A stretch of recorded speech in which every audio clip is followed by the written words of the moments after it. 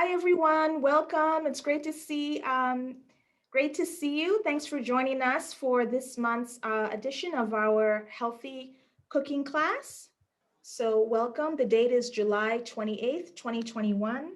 And these monthly healthy cooking classes are brought to you by our local Ulster County Cornell Cooperative Extension and in partnership with Ellenville Regional Rural Health Network. My name is Marcia Sebro. I'm the Expanded Food and Nutrition Education Program educator. My program is known as FNAP, and I am with our local CCE. And what FNAP does is it provides free online education series that focuses on how to incorporate more fruits and veggies, how to create healthy, balanced meals, modify recipes, food safety, shopping on a budget, and the benefits of physical activity, which go hand in hand to promote a healthy lifestyle. So please reach out to me if you have an interest in taking classes or any questions. I'm also the co-host for these monthly healthy cooking classes. Our host is Miss Maria Reidelbeck, and tonight's feature is dinner salad and master dressing recipe. And for those of you who have not had the pleasure yet of getting to know our wonderful host, she is an best-selling author, artist, and local food activist. She also has an adventurous streak. She is working on her second cookbook in collaboration with Cornell Cooperative Extension CEO. And it's a book about thriving in the age of climate change, eating better for yourself, your family, and the earth. And her book and website is Turning the Tables cookbook.com. And I will share that information with you. And I'd like to turn it over to our host, Maria. Welcome. Thank you, Marcia. It's fun to be here. This is just my second cooking class here that I've hosted. And so I'm kind of, figuring things out, doing a little bit of experimentation. And what I did for today was I made a little video because I wanted to talk about where salad ingredients come from. Okay, so this is just a very short video, 5 minutes. And it'll kind of set the stage for what we're going to be doing. Can everyone hear it? Marcia, is that hearable? Good. Yes, I can hear it. It can be a little bit louder.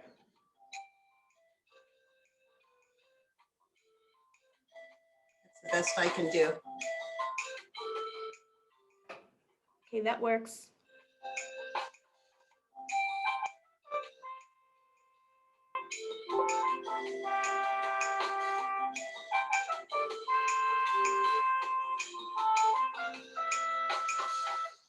Oh, it's really easy to grow salad greens in your backyard if you have a little patch of ground and lots of sunlight.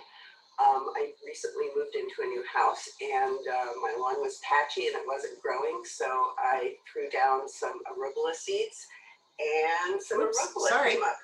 And we've been eating this for a couple of weeks, and it's kind of a arugula festival at my house now. It's really wonderful that sometimes wild plants come up that are delicious and good for you.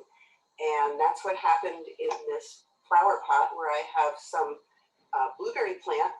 There is an amaranth plant here that popped up, and amaranth is a nice salad green when the leaves are small, and when they're bigger, you can cook them as a pot herb. So not a huge amount of flavor, but a nice flavor, kind of nutty.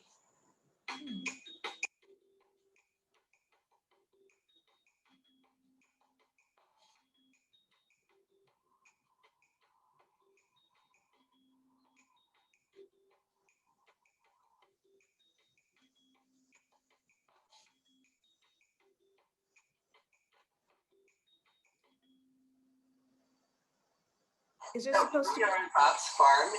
Hi, I'm Bob Finney from Fiddlehead Farm. And we're in one of his high tunnels, and things grow right in the soil, and so as well as crops, there are also some weeds coming up.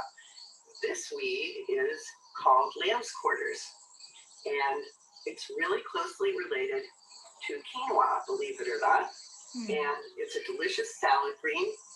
It's very pretty. It's silver on the back, green, like a beautiful kind of slightly grayish green on the front. The leaves are tender, and they're just very pretty in a salad and full of nutrients.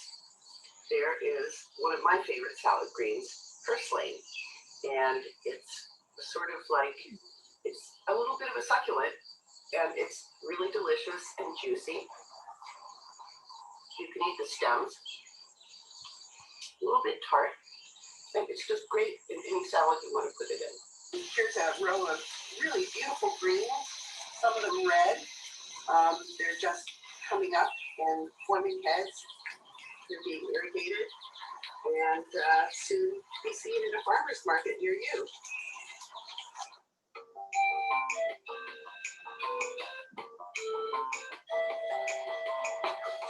So here we are at the local supermarket, and I kind of lined up a selection here. Here's, your iceberg lettuce. It's going to be the cheapest, but it doesn't really have a lot of nutrition. So, better choices are leafy greens. The more leaf that's exposed to the sun, the more nourishment and the more flavor it has. So, this is like very open. This has a bit of red in it, and the red means it has antioxidants, which are extra good for you. They don't taste any different, but it looks pretty. And this is another different type of leafy green. This is radicchio, kind of pricey, but it has a nice bitterness if you like that. And then there's kale, that make massage it with a little bit of salt to soften it up. And then here's some prepackaged spinach, which, we all know spinach is really good for you. But what you might not know is that, spinach, leaf spinach especially, is really good raw. And it goes really well with fruit.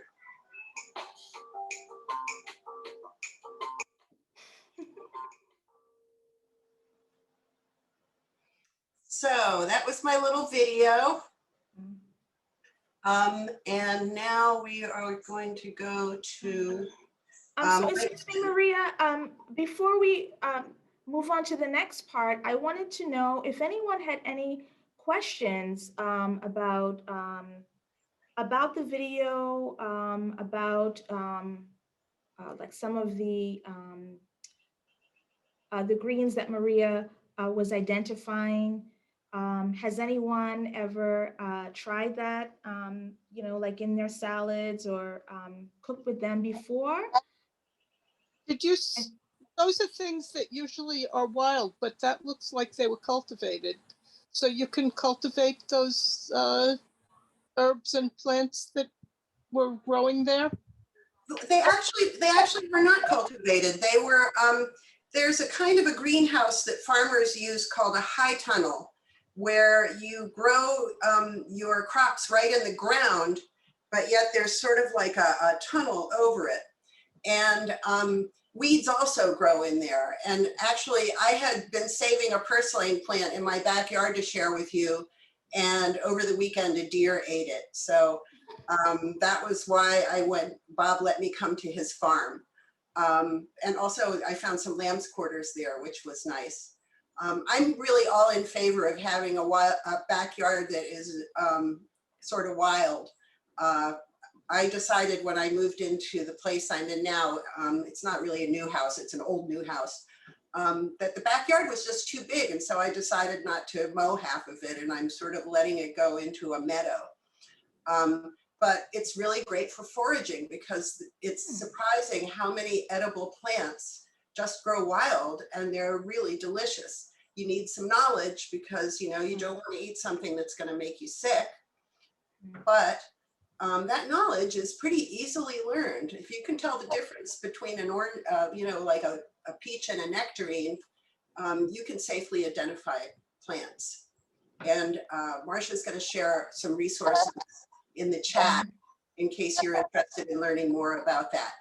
So that means before picking the garden, I should check out with the Cornell Extension, send them a photo and ask whether I should be maybe eating it. It might be something interesting. It could be. More to the point might be to check out one of these resources and just browse it and kind of familiarize yourself with the plants.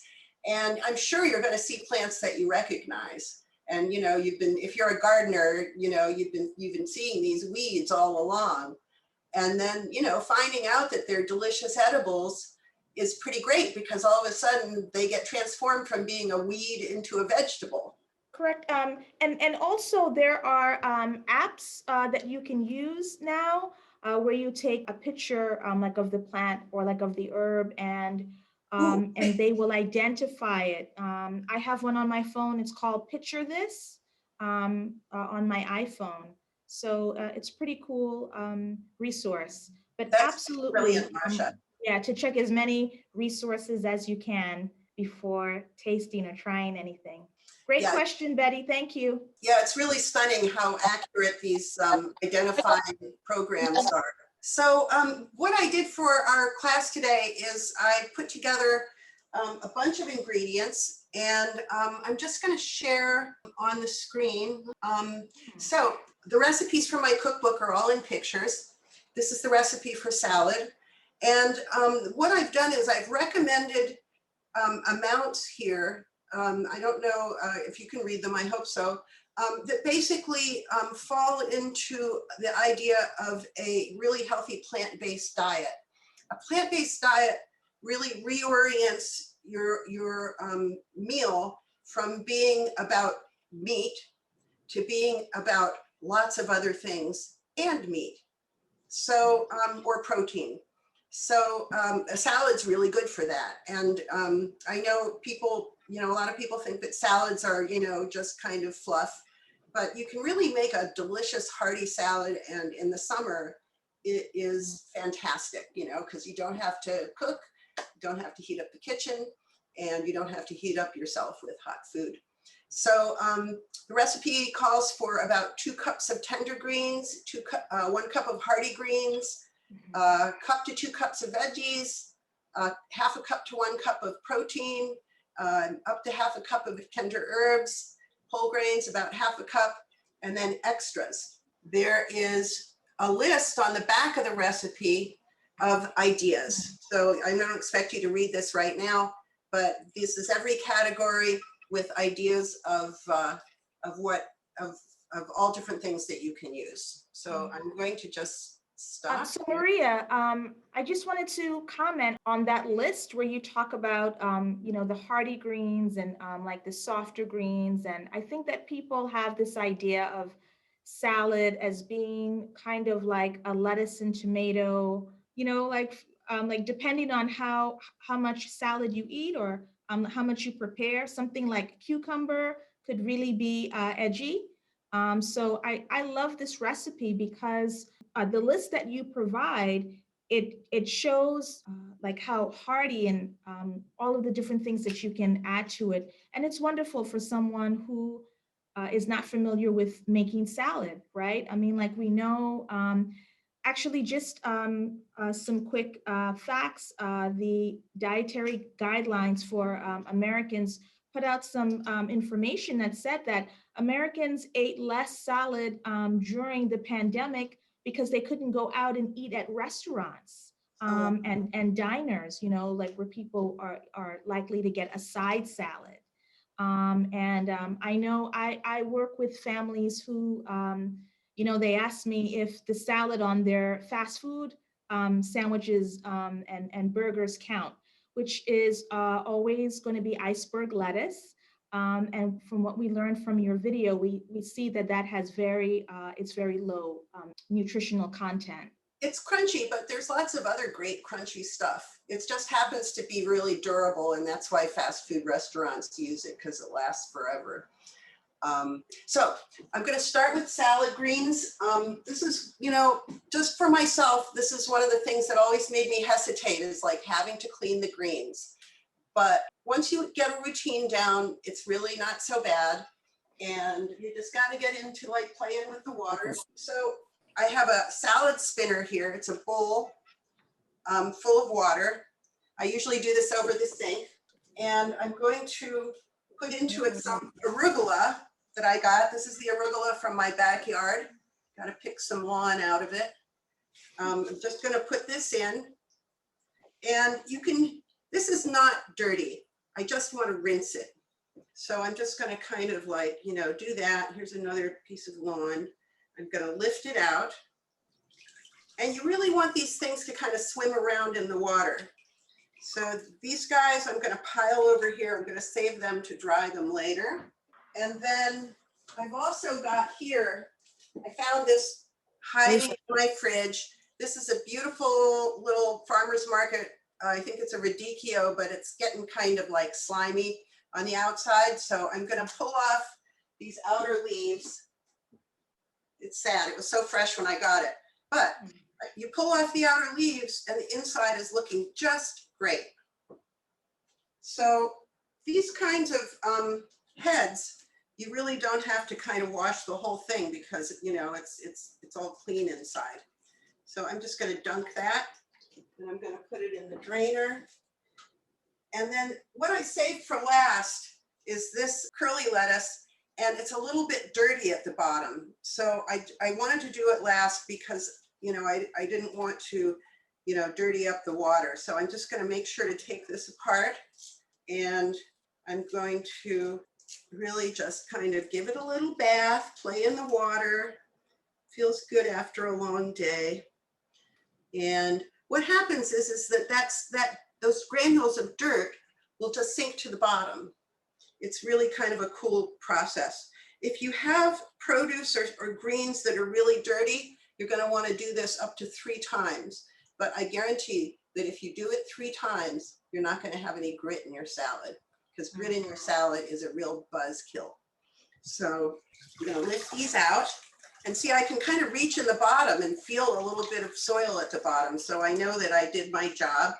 Just going to shake these out a little bit. And I'm going to set them here. I'm going to pour this water out.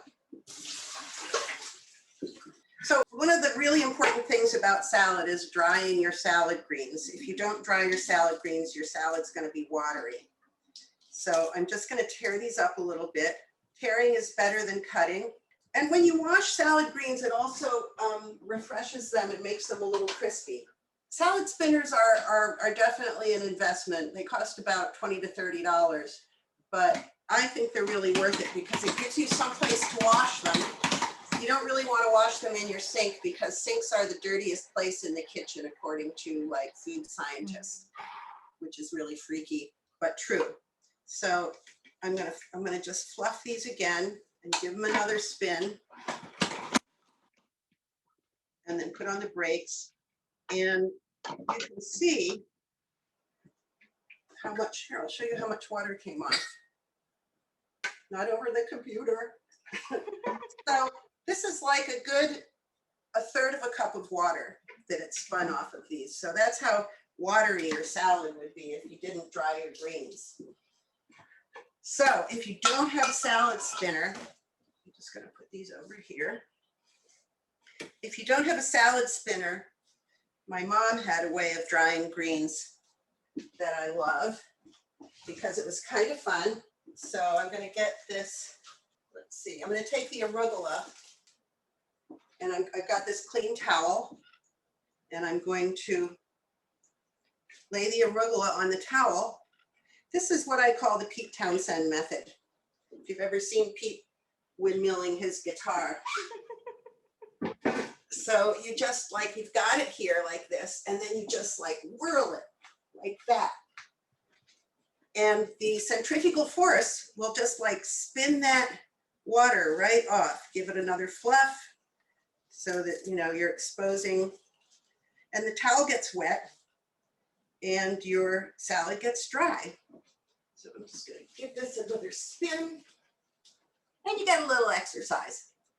That's right. And it's just water, so you're sprinkling your kitchen with water, but you know, no biggie. Okay, so that's our arugula. And then I've got the purslane from the backyard, so I'm going to dry that out. One thing that's interesting about lamb's quarters that I showed you in the film, here's some lamb's quarters, is that when you put them underwater, the back turns really, really silver, and it's a kind of a cool trick. Kids love it. So I'm going to dry the purslane.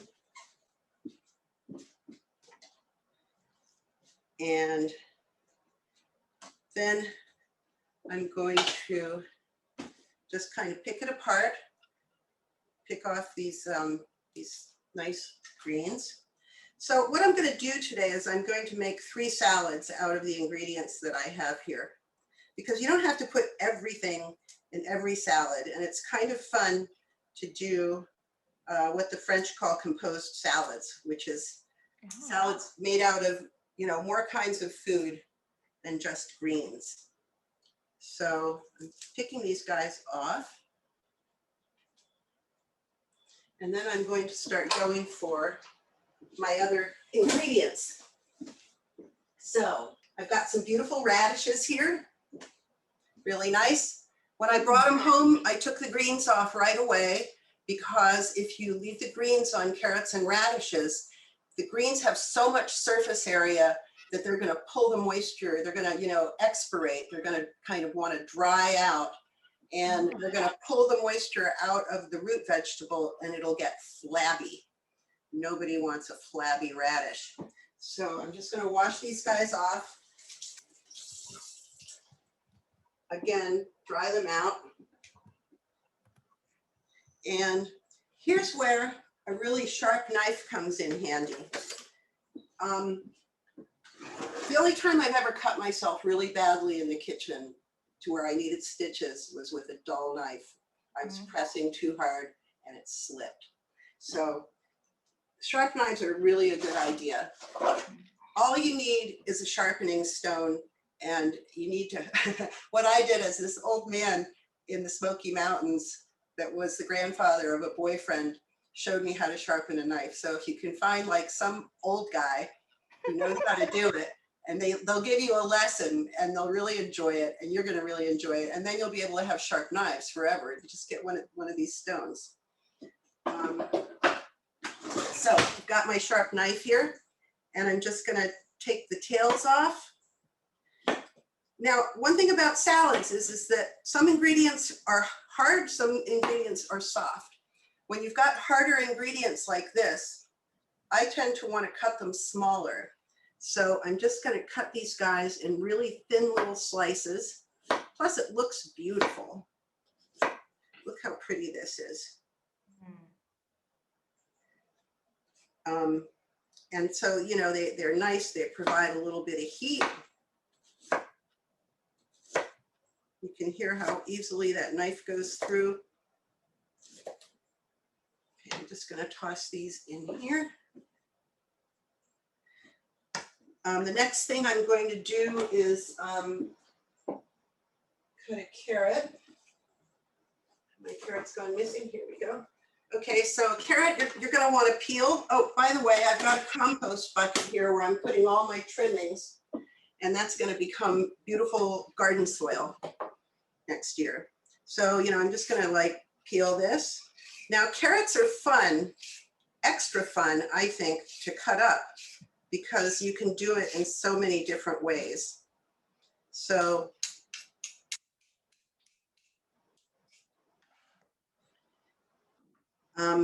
you can slice them really thinly and make, you know, cute little rounds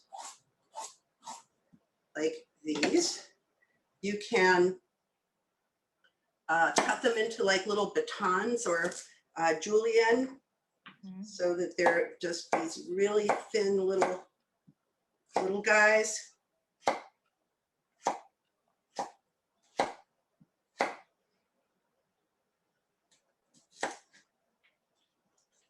And the other thing that you can do is, if you have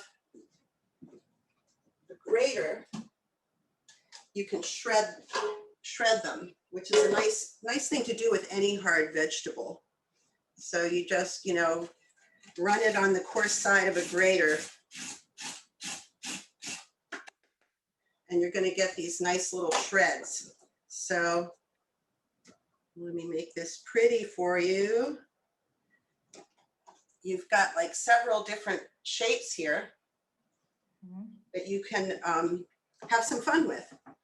So these are gonna go into the bowl there. Okay, moving along. I have pre-cooked these beautiful green beans that I got from the farmer's market. The way that you prep green beans is that you just snap off the end. You can either cut it off or snap it off with your finger. And I just steamed them until they were like, you know, tender crunchy. So it was just enough to take the edge off. You can actually use them raw if you like them that way. But I prefer beans. I think it changes the flavor and the texture just to cook them a little bit. So I'm just gonna, you know, cut these into bite-sized pieces. And they are gonna go in here.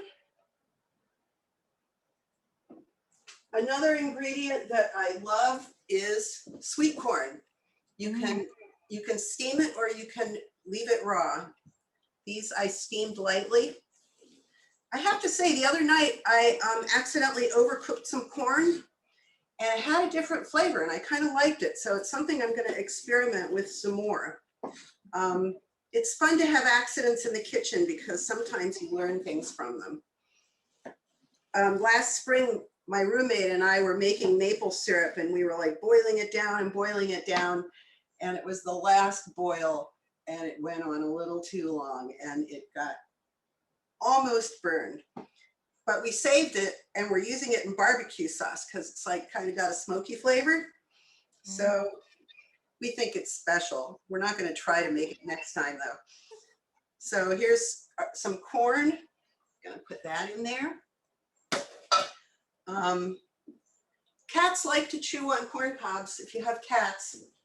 Hi, so Maria, we have a question, and Yeah. the question is, what is off camera?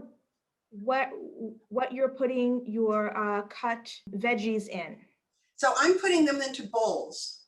I Okay. have three bowls and I'm just kind of loading this into the bowls and you'll see there will be a reveal of the, so cucumbers, if they're nice and small, you can just slice them the whole way through. But if they are bigger, you're gonna wanna take your peeler and just kind of run some stripes like up the side like this and take a little bit of that peel off. If you slice them really thinly though, here's some beautiful like thin little cucumbers. Oh, they smell good too. It's amazing how fragrant. So here's some spring onion and I'm going to thinly slice that.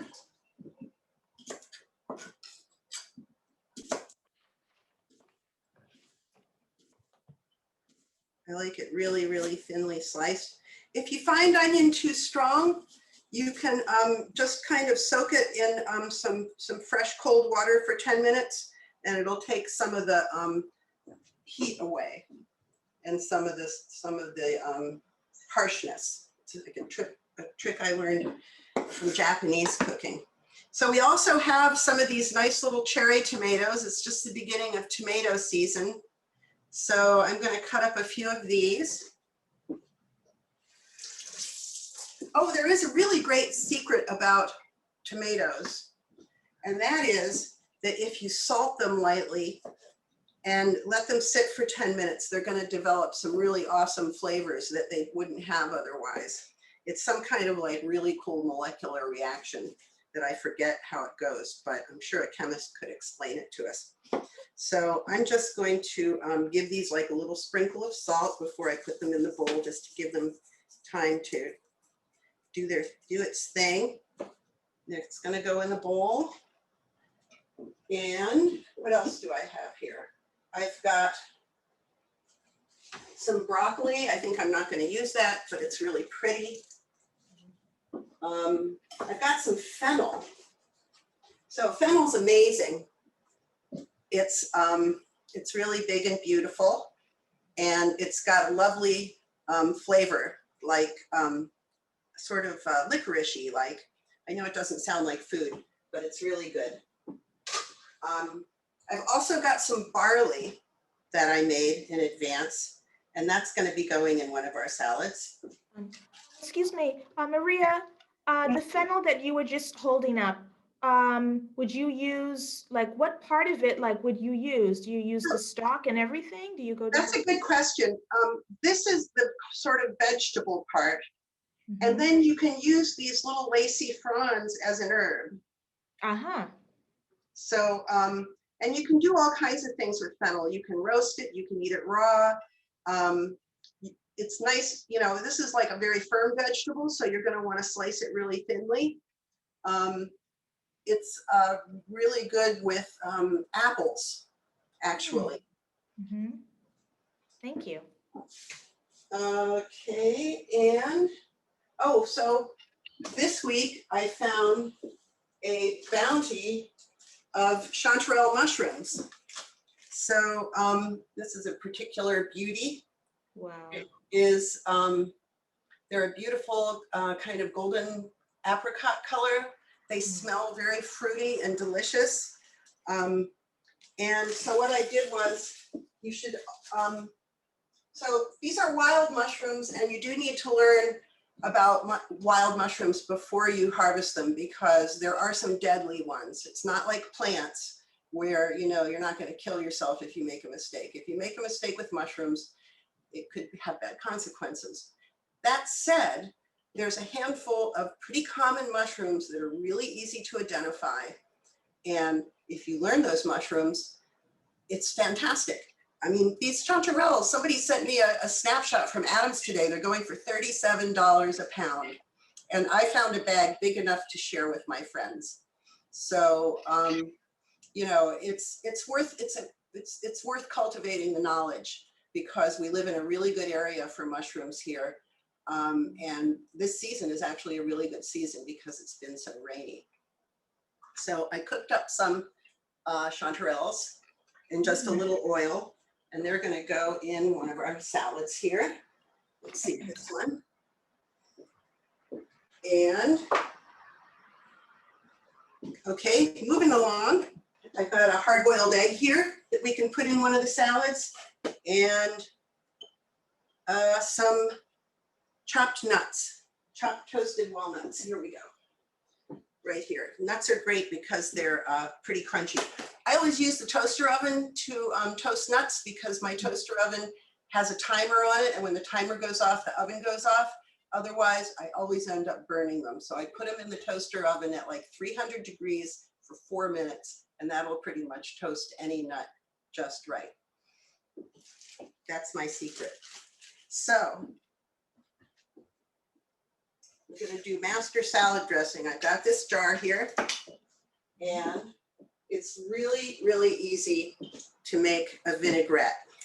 You don't need to measure, you just need to kind of look. So I've got some, let me just shake this a little bit. Got some apple cider vinegar here. This is one of my favorites. I'm just gonna pour a good amount in here. And one thing that's really fun to know is that the word salad comes from the same word as the word for salt. And they both begin with S-A-L. And salt is what makes a salad. So you should, you know, doctors say you should watch your salt, but the most salt that you get is going to come from processed and prepared foods in restaurants, and, you know, processed foods from the supermarket. That's where those are loaded with salt. So when you cook at home, you could hardly use enough salt. If you used as much salt at home as they do in processed foods, your food would taste super salty. I don't know how they hide it, but somehow they do. So I'm just going to put a really nice amount of salt in here. Like, this is maybe a teaspoon. It's all over my fingers. And I'm just going to swirl that. I'm going to add some pepper. Pepper grinder's worth having because it makes the pepper taste nice and fresh. And then I'm going to add some olive oil. Now I've got this much vinegar, and the idea is that you want to use 2/3 oil, 1/3 vinegar, and you can just see it. right there. I maybe put a little too much vinegar in and I'm gonna have to, I think that's okay. It's a lot of salad dressing for the rest of the summer. So the next thing I'm going to do is add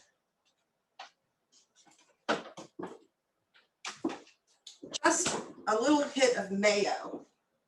And the reason is that this will help the salad dressing stay emulsified. It needs like little particles to keep that oil and vinegar mixed. And if you give it some particles, I should probably just put this in the mayo jar to shake it up. That's what I'm gonna do. Okay, into the mayo jar it goes. Improvise. I love it. Yeah, well, it's always good to use it all up. You know, one of the things I've noticed is that if you use like a rubber spatula at the tail end of your jars, you get a whole extra serving out of it. It's amazing. I even use spatulas in the shop to get the last bit of paint out of a paint can.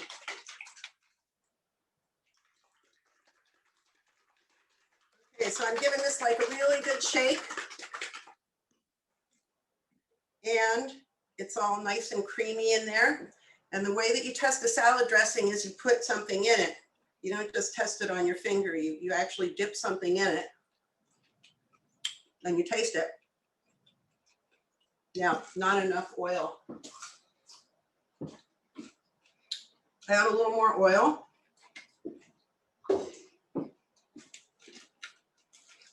Shake it up again.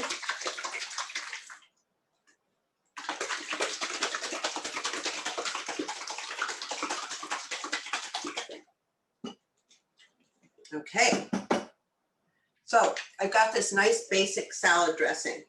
So what I'm gonna do is I'm gonna make 3 different dressings for our 3 different salads, all based on this single dressing. So jar number 1, jar number 2, and I'm just going to leave this in here for jar number 3. Now, okay, so I've got this overripe avocado. So I'm going to just cut this up. It's a little guy. Take a look inside. Oh, so this is pretty much going brown, but there's still parts that I can save. So I'm just going to take the peel off. You know, food waste accounts for a large part of our carbon footprint. So it's really a good idea to try to save as much food as you can in the kitchen, because we do waste lots of food.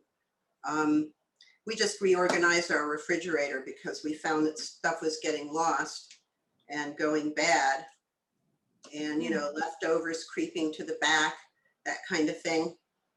So we're trying to keep all that stuff near the front now. I mean, you know, when you share your house with other people, there's only so much control you can have. So this is really nice and soft. So I'm just going to take a fork and kind of mash it up.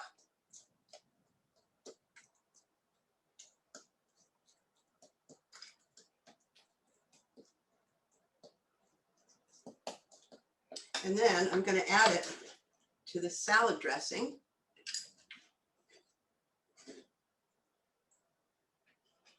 So it turns it into kind of a green goddess dressing. I'm going to add some chives from the garden.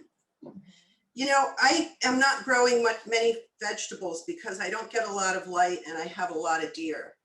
But one thing I do grow is herbs, because they're expensive to buy, and you buy relatively, and you buy a bundle of them. And then, unless you like, you know, have an oregano festival for a whole week until you're sick of it, you know, you know, you don't use it all up. But if you grow herbs at home, A lot of them are perennials. They come up every year, which is great. And you know, they're always sitting there fresh for you, and you just use as much as you like. So again, I'm going to just close this up. I'm going to give it a shake. It's pretty full. I probably should have used a bigger jar, but I was feeling cute. Okay, so this is our avocado dressing. And then for this dressing, I have some cheese. I'm lactose intolerant, so this isn't real cheese. This is cashew cheese that a neighbor makes. I actually traded my old refrigerator for a bunch of it. But it's really good, surprisingly. I mean, granted, I haven't eaten real cheese for a long time, but tastes good to me. So I put it in here. It's like a blue cheese, it's creamy. And I'm gonna shake that up.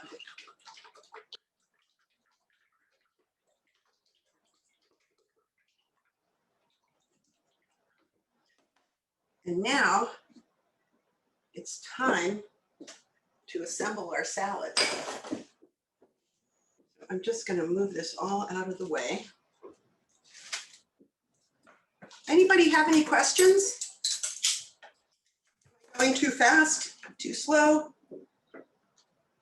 Yes, please let us know if you are cooking this recipe and how it's going. Maria, you are giving us so many fantastic tips and facts along the way. Thanks. Fantastic. I learned them all the hard way, but when you're cooking, there's no hard way because you get to eat everything, right? So it's especially nice. Okay, so time for the final assembly. So this is our bowl of arugula, and I'm gonna kind of tear it up. You know, it's really worth it to use a pretty bowl for your salads. I got all these bowls at mostly at yard sales or, you know, flea markets, and they're all really old. This one's over 60 years old. Wow. Designed by a woman industrial designer named Eva Zeisel. She just died a few years ago. She was over 100. And it's kind of interesting. It's got like a fun little cocky slant to it. So I've got my my arugula in there. Now arugula is really pretty sharp. So what I'm going to do is I'm going to add some fruit. So I've got some little plums here. And I'm going to cut up these plums and just, you know, cut them up bite size. Got them at the farmer's market. All this produce, by the way, is local, all of it. This is the season for salads.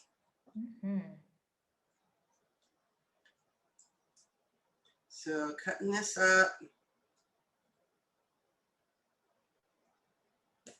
And then I'm going to add the barley. This is barley that I cooked earlier. Really easy to, it's really easy to cook whole grains, and whole grains are a whole lot better for you than white grains, for a better, lack of a better word.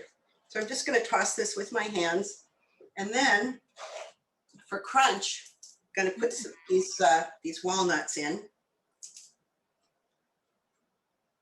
Like this, just kind of crunching them up here. They go on top. And then you should always sort of wait till the last minute to dress your salads, because your dressing will make the salad wilt. I mean, there are some wilted salads that you can do, but as far as like most salads go. And so what's going to go on this salad is the blue cheese dressing, because it's nice and rich. It's going to have a counterpoint to the spicy arugula greens and the fruit and the walnuts. And so you'll get a nice crunch from the walnuts. And it's really a full meal, because you have your grains, you have your vegetables, you have your protein in the walnuts and the cheese. And and a little bit of fruit also. It makes a great lunch. I actually had that earlier this week. Right, so here is a really nice garden salad. This is where lots of the vegetables that I cut up went. And what I'm going to do is look at my notes here. Oh yeah, for protein, this one, I have this tofu that I've never tried before, actually. I happen to like tofu. This was called grilled tofu. I'm assuming it's going to have a little bit different flavor than regular tofu. And how firm is that one? Is it extra firm? It's extra firm. Yeah, it's pretty good. Doesn't have too much of a different flavor, but it kind of looks a little different. So I'm just going to slice this tofu into little squares. You could also do a hard-boiled egg. Hard-boiled eggs with this would be equally good. So I'm just going to like scatter that around. Yum. And what else does that get? Oh, the onions are in there. Yep. This is going to have the avocado dressing, which is in this little jar here. So I'm not going to dress it right now, but that's what it's going to get. Actually, I'm going to take this avocado dressing because I think it's going to be really good. So I'm going to do the tasting trick. Oh, it is really good. Oh. I'm drooling. It's rich, but it's not too rich. And since this is sort of a sparse salad, it's nice to have a richer dressing. Also going into this salad, we're kind of running out of time, will be croutons. Croutons and salad really kick butt. So the way I make croutons is I take bread. This is some whole wheat rye bread I made, keep in the freezer. And I rub it with a cut piece of garlic. And then I kind of wipe it with oil. And then, or you can sprinkle it with garlic powder if you want, if you don't want to deal with the garlic clove. Then tear it up into small pieces, just kind of, tear it up like this. And put it in a pan and toast it in your toaster oven until it's nice and toasty. So don't stint on the oil because you want it to be like crunchy and good, or the garlic. And then you mix it into your salad at the last minute. Then the last salad is going to be a corn salad. Let's see, I'm going to need this actually. This kitchen doesn't have enough counter space, really. So I'm pulling my chives again for this.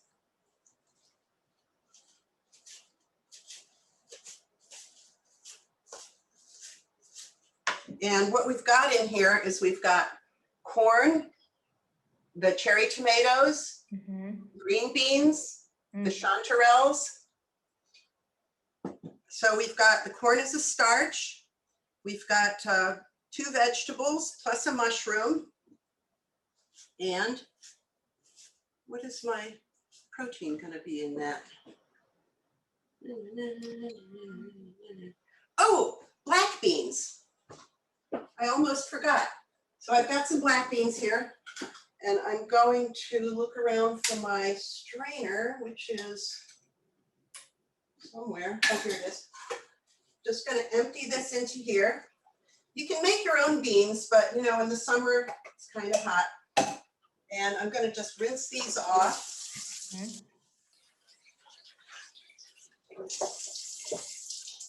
Shake them out, let them drain for a bit. Because again, you don't want them to be wet. And then I'm going to just put some into the salad. These are a little bit wet, but you can't tell. I'm going to sprinkle it with some chives. And I also found some basil in my garden. It's not looking so hot. It's got a little few spots, but I'm gonna take the best leaves. Oh, and it really just still smells really good. Mhm. Chop that up. Mix this in. Get it. And give this a stir, breaking up the corn. Mhm. So it's got the purslane in it also for some crunch.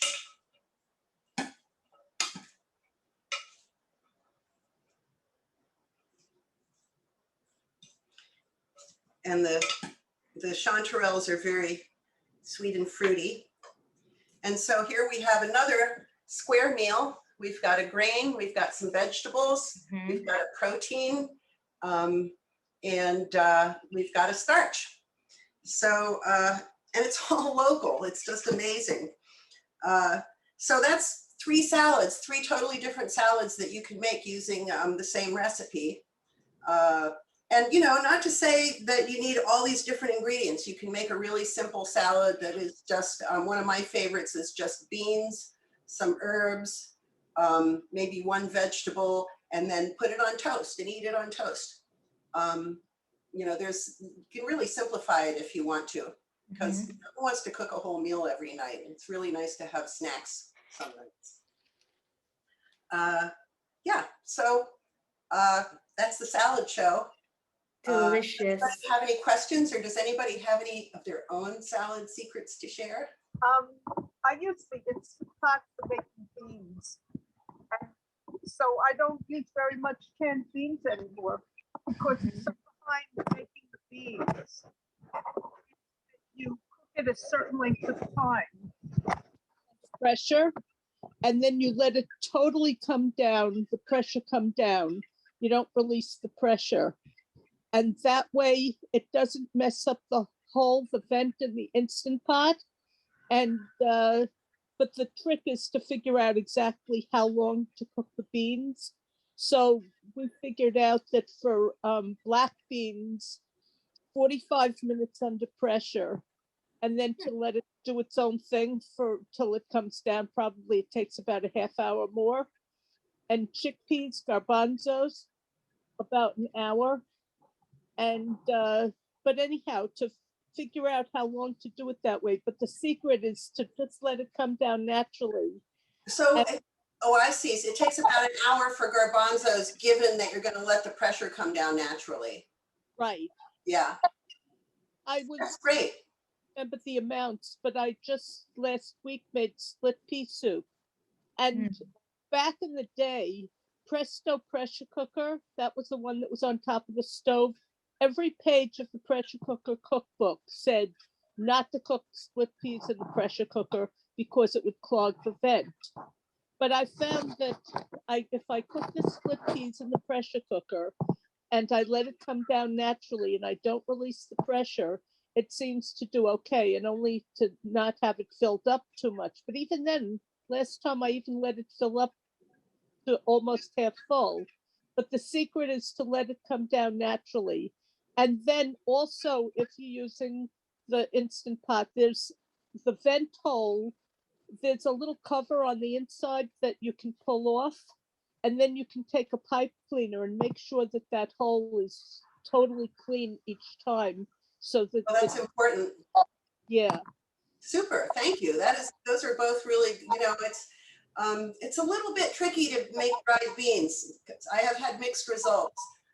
Mostly I try to get fresh beans, and I try to soak them overnight so that they're evenly soaked, and I add some salt to the water, and that helps apparently. And then I cook them. What I've been doing lately, because my stove doesn't go down low enough, is I've actually been putting the whole pot in the oven at about 275 and just let them cook in there very slowly, because I don't have a pressure cooker or an Instant Pot. So that works really well too. Recommended for people who really want a plant-based diet and they're going to have beans on a regular basis. If they learn to use the Instant Pot, it really makes a huge difference. And then into that, I got the air fryer, and I practically never use the stove now, even though I have a really good stove. Now, Interesting. when it comes to baking bread, I think probably regular oven works better than a convection oven, which is what an air fryer is. Oh, I But- use a convection oven for my bread. Mhm. Betty, thank you so much for those tips and for sharing your experience with us. Is there anyone else who had any questions for Maria? Any thoughts, ideas about tonight's recipe? I love the idea of making the base salad dressing to adapt 3 ways. That's just such a handy way to do it. Oh, it's so much fun, and there are so many things you can add. Tahini really is awesome. I'm a huge fan. Just a little bit of tahini, just like makes it so rich and delicious. And of course, real cheese, if you can eat real cheese, is awesome. Or a little sour cream, or a little yogurt, coconut milk, herbs. Anything that has flavor or can change the texture can be really fun in a salad dressing. And you can, have a big jar of it and vary it every night. It is fun. And, I did the numbers on comparing the cost of bottled salad dressing and making your own salad dressing. And making your own salad dressing is a whole lot cheaper. It's about half the cost.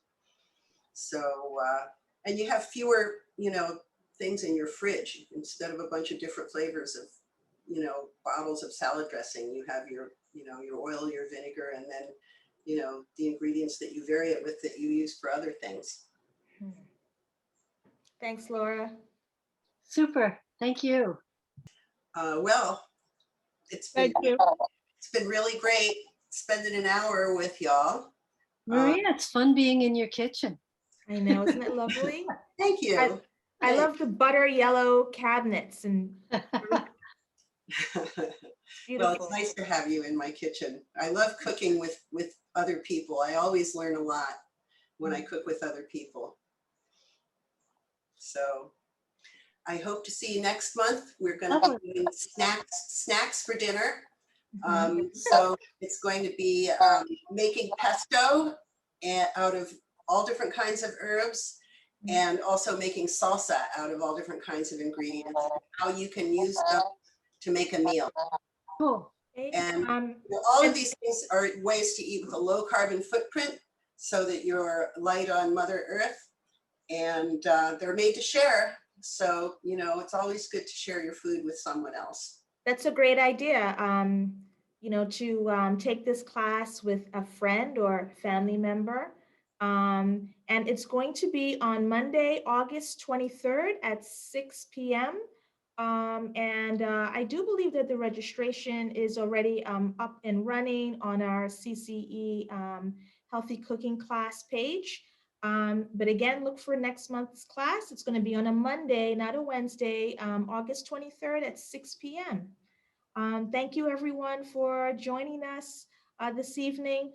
Maria, thank you for all of your wisdom and just everything that you've combined. I am so hungry for salad right now. I mean, it's like, it's so delicious and it can be so different every night. I feel really inspired. I have been holding back in making salad. No, honestly, it's like, Go, Marsha. I've been holding back. I just got to go for it, Yes. because you can't go wrong. With the foundation of crunch and something softer and a protein and a veggie. It could be raw, it could be cooked. I mean, it goes on and on and on. Yeah, so go Phenomenal. ahead over to the website, turningthetablescookbook.com. Yep. And go to the what to eat section, and you'll find a bunch of different master recipes there for using, whatever fresh produce you have and whatever pantry staples you've got, and making that into like a beautiful whole foods plant-based meal. And I am just going to put that site in the chat as we close.